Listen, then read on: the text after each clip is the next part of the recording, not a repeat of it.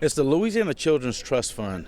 The Louisiana Children's Trust Fund was set up by statute, and when they looked at, transportation funds and trust funds over the years back on the federal level, people in states started saying, well, if we've got these transportation trust funds, why don't we have trust funds for our most valuable resources? And, trust funds throughout various states started to, pop up, and Louisiana, I'm proud to say, is, one of the fifth state to do that. Today we're working on advocacy. As not a lot of nonprofit organizations, they're not allowed to really lobby. So we come out and advocate on behalf of those folks that we represent. And we represent the less vulnerable. We represent the most precious resource in the state of Louisiana, our children. They're our future. They're our most precious resource. And so the Louisiana Children's Trust Fund is charged with the responsibility of working with small grassroots grants for people to administer programs to work on the prevention of child abuse and neglect. So throughout the state, we've got programs in every region, from Shreveport to New Orleans, from Lake Charles to Monroe, and crisscrossing everywhere in between that work on prevention programs. More than 3,000 children experience abuse and neglect in Louisiana, but it's not just Louisiana, it's a national epidemic. And so we want that number, even though it has decreased here in Louisiana, we want to continue to fund programs that provide direct services until that number becomes zero. What would you like from the Louisiana legislature? Yes, our organization would like continued support of the Louisiana Children's Trust Fund because it's important that we have those funds to provide to our programs, because it's the programs that provide direct services. It's those agencies that provide education, workshops, conferences, trainings to equip providers so that they can recognize abuse and neglect and provide that education to them. Prevent Child Abuse Louisiana is a statewide nonprofit dedicated to preventing the abuse and neglect of our state's children. So the primary ways we do that is parent education, parent support, and public awareness. How serious a problem is it in Louisiana? It's a tragedy. Last year alone, we had over 12,000 validated victims of abuse and neglect, and they could fill 530 elementary school classrooms. What is it that the public can do to help in this effort? It's not DCFS's responsibility to prevent child abuse and neglect. It's not law enforcement's responsibility to prevent child abuse and neglect. It's the responsibility of each and every one of us. So we want the public to understand that it's about being a nurturing parent, but also about watching out for the other kids that are around you in the community. The name of our organization is the Louisiana Partnership for Children and Families. We're a nonprofit, statewide advocacy organization focused on improving the outcomes for children and families. And how is it that you actually help children and families? One of the main things that we have done this year is to develop the Platform for Children, which is a broad-based document looking at various elements that we believe are important in children's lives, from early care and education all the way through juvenile justice and family economic stability. So we have a nice document that outlines issues and offers recommendations, many of which we see as proposed legislation this session. What is it that you're seeking from the legislature? What we're looking for the legislature is to identify ways in which we can begin to restore some of the programs that we have lost for children over the last 8 years. The name of our organization is the Leadership Center for Youth at the Family and Youth Agency in Lake Charles, and we basically have youth leadership development and civic engagement programs for high schoolers in 9th through 12th grade. What kind of benefits do these students seek? These students seek the benefits of becoming more informed about issues that go on in our community, and honestly just becoming better citizens and exploring different things from career paths to how they can help other students in our communities become better. What is it that you're seeking from the legislature?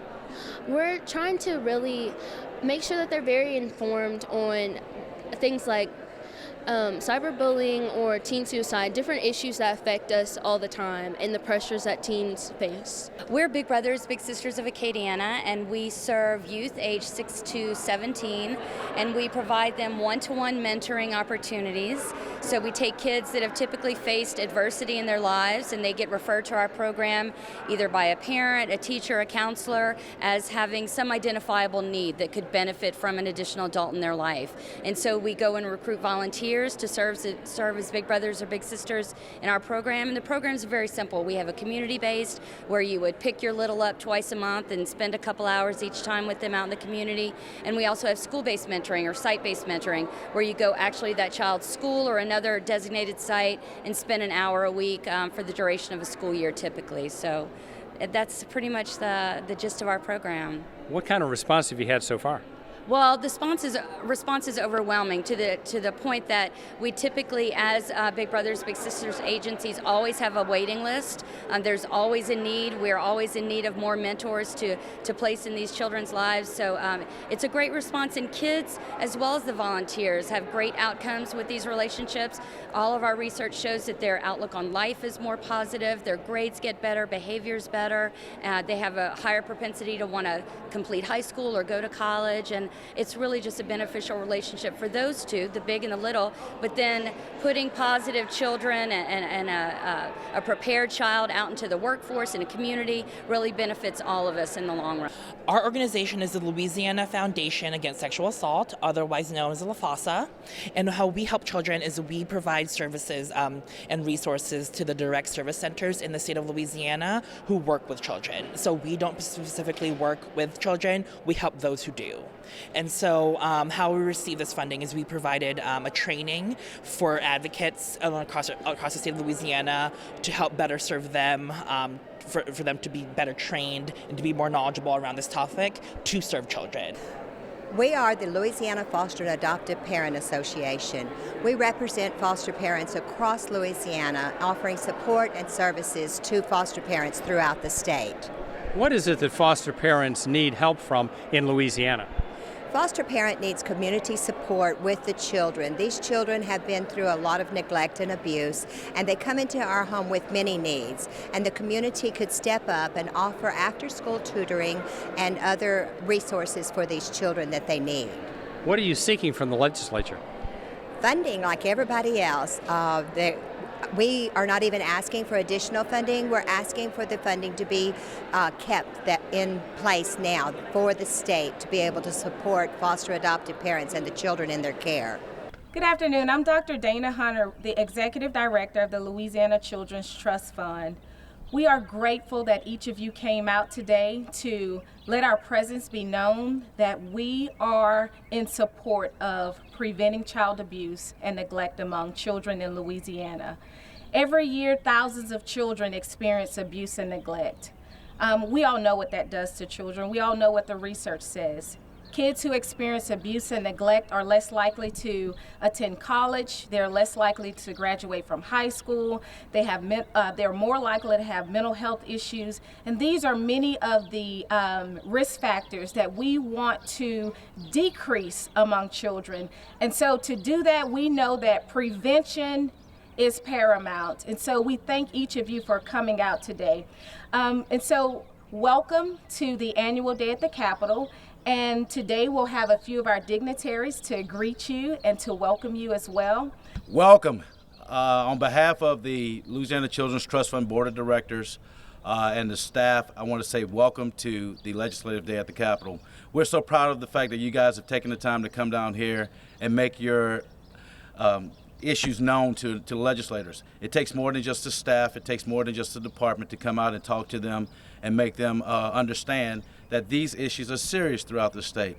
You can just look at the numbers, and they're very reflective of the number of incidents of child abuse and neglect that occur throughout the state, and see that the programs that you actually administer are really helping out. I hope that one day that we can stand around and say, we don't have any more grant money because we don't have any more incidents of child abuse or neglect that are occurring in the state. Unfortunately, that's not the problem. That's not going to happen. That's a very unfortunate situation. So it takes people like you and organizations that you all represent to go out there and work very hard, to work with children, to work with mothers, to work with legislators, to convey the messages to them to make sure that they're aware that these incidents do occur and that we need to do everything we can to collaboratively come together and try to fight each incident that occurs in the state. We have a lot of you that come out, and I'm going to recognize you as organizations, not individually, but here we go. We today present, we have the Family and Youth Counseling, Julio Galen, Louisiana Children's Trust Fund staff and contractors, Faith House Incorporated, Big Brothers Big Sisters of Southwest Louisiana. I'm Modeling a New Image, New Orleans Children's Advocacy Center, the 16th Judicial District Attorney's Office, the Louisiana Foundation Against Sexual Assault, LaCal, Andrew Gunishaw, who is the son of our former Executive Director. Andrew, glad to see you. LouisianaChildren.org, Community Care Centers Foundation, Inc., Louisiana Foster and Adoptive Parents Association, LaPenn, Louisiana Partnership, Team Dynamics, our consultant, Prevent Child Abuse Louisiana, Team Dynamics LLC, Council on Alcohol and Drug Abuse for Greater New Orleans, the LouisianaChildren.org, Boys and Girls Club of Greater Baton Rouge, LouisianaChildren.org, Grandparents Raising Grandchildren, Opelousas City Court, St. Tammany Parish Hospital, and Volunteers of America Greater Baton Rouge region. As you can see, that's representative of this state, and that's what it's going to take to make sure that we continue to work on the prevention of child abuse and neglect throughout the state of Louisiana. So we want to say thank you.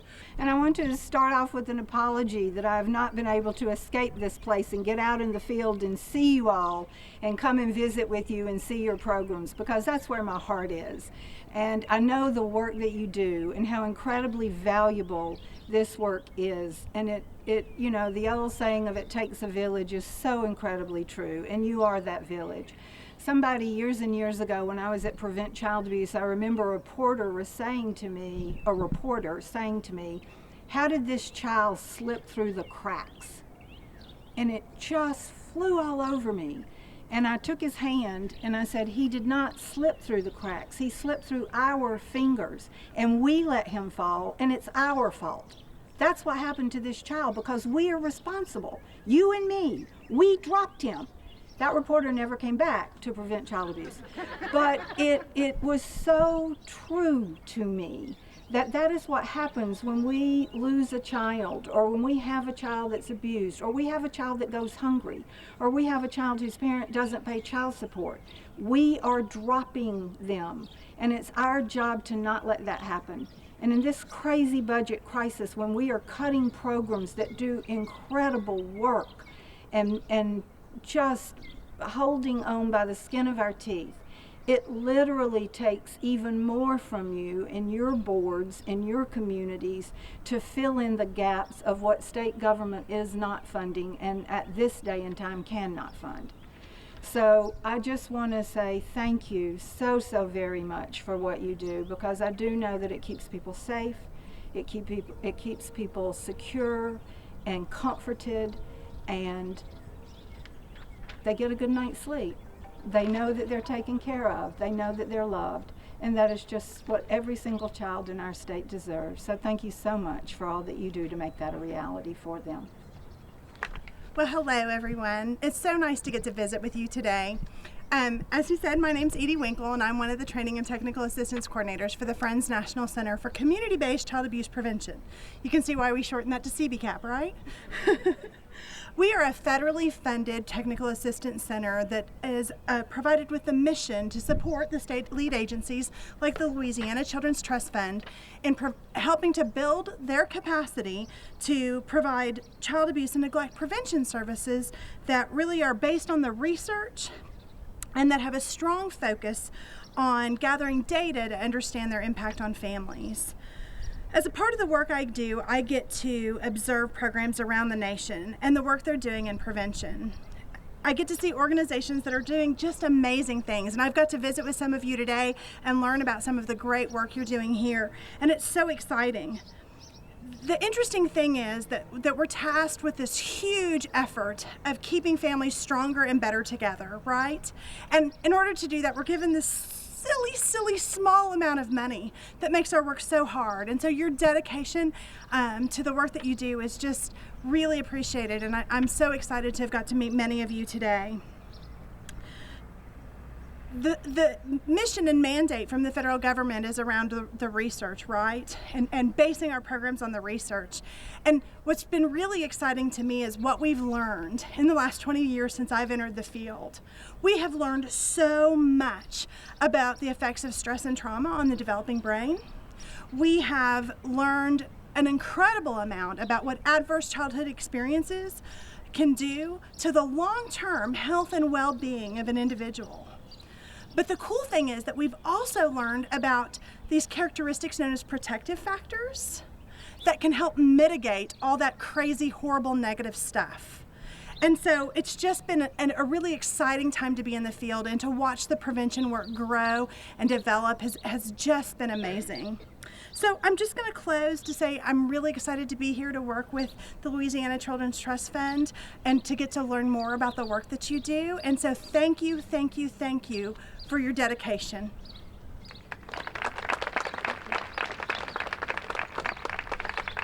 We truly want to thank Edie for being here and coming down and spending some time with us and giving us a little more guidance. And hopefully her technical assistance will help us get a little more money into the state also. So Edie, thank you very much. With that, I know every year you guys get to hear from someone, and myself or others on our board, but you are the best advocates for the children of the state of Louisiana. It's your responsibility and our responsibility to make sure that we convey that message. There's no one better to go out and talk to legislators about the problems that exist throughout the state of Louisiana. So with that, I want you to make sure that we get the message out. We're here today to let each one of our legislators, and I know the Senate's not in, but when you go back home to your Senate districts, make sure that we convey those messages to them. We've got great programs that are still out that we're working on. You know, for years we worked on, my mother did what while she was pregnant, so this is, work on them preventing them from drinking, smoking, taking pills, and letting them know that those are harmful to their children. Also, look before you lock. So don't forget to look in the back seat, when you're getting out of the car, and people, it just really, that's one of the most painful things when you hear the story of a child that's left in a vehicle or any incident of abuse. But, when the news comes on and says a child was left in the vehicle, it just really drives me crazy. So those are two wonderful programs that we have. Also, hot off the press, we have the prevention resource guide that we're going to give you guys today. And Susan, you come up and talk about this just a little bit? We just got the new Community Building Hope resource guide for this year. It just came hot off the press. Edie hadn't even seen a copy of it yet, so we're really excited. In this book, you're going to find a lot of tips, and there's family tip charts in the back. It's in English and Spanish. And if you want to share it with the groups that you're working with, inside there is a link where you can download the entire book in an electronic format. We didn't want to end without letting you hear from some of our consumers themselves, those who actually receive funds, not just receive funds, but they actually benefit from the services of our program. You can tell them who you are. Hi, my name is Avery Celestine. I'm here with the Leadership Center for Youth at Family and Youth Agency in Lake Charles. And we are able to do youth leadership development and also civic engagement with the funding that we receive from the Children's Trust Fund. And it's definitely really affected my life because it's made me more informed just about the different things that go on, not only in my community, but in the state, and the way that children and teenagers are affected. And I actually had the opportunity last summer to go to Washington, D.C. and talk to our senators and our representatives about some of the issues that really do affect juveniles and children that, don't have the best lives. And it's just really made me a better person and made me a lot more open to helping other people, and really just, I have a heart for this. So I'd just like to say thank you on behalf of family and youth. Oh, I think it's great. As I mentioned, we crisscross the entire state. We've got people here from all over the state to come talk to their legislators. My reaction is that I would love for the day to come where we can say, oh, there are not any incidents of child abuse. There are not any incidents of neglect. Unfortunately, that day's not today. And so what we need to do is make sure that we work on preventing, any incident of child abuse and neglect. Down to this, when I talked earlier at the main rally, one of the things that really makes me cringe when you hear on the news sometimes about a child who's been left in the car or left on the bus, is just, but any incident of abuse, children that are, in closets or being burnt or just anything terrible like that, it's pretty unfortunate. So With programs like this, hopefully we can educate people, we can make people more aware of the problems that exist, and we can start looking for and targeting and making sure that those incidents don't happen. Oh, this has been great. Today at the Capitol, we make our presence known that the Louisiana Children's Trust Fund, we're here, we're important. Our grantees are here. Our grantees help our legislature to know that we're serious, we are in action, and that we are making every effort to prevent child abuse and neglect here in Louisiana. If people have questions, like more information, what should they do? They should call our office. They should call the Louisiana Children's Trust Fund office at area code 225-342-2245, or they can go on the website at lctf.org.